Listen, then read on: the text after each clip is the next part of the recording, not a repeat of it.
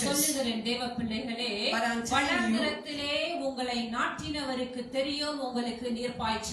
The Lord who planted you know how to water you. வனாந்திரத்திலே நாட்டப்பட்ட கேதுரு மரமே, நீ தனிமையா இருப்பதில்லை, உனக்கு ஜீவ தண்ணீரை தேவன் தருகிறார்.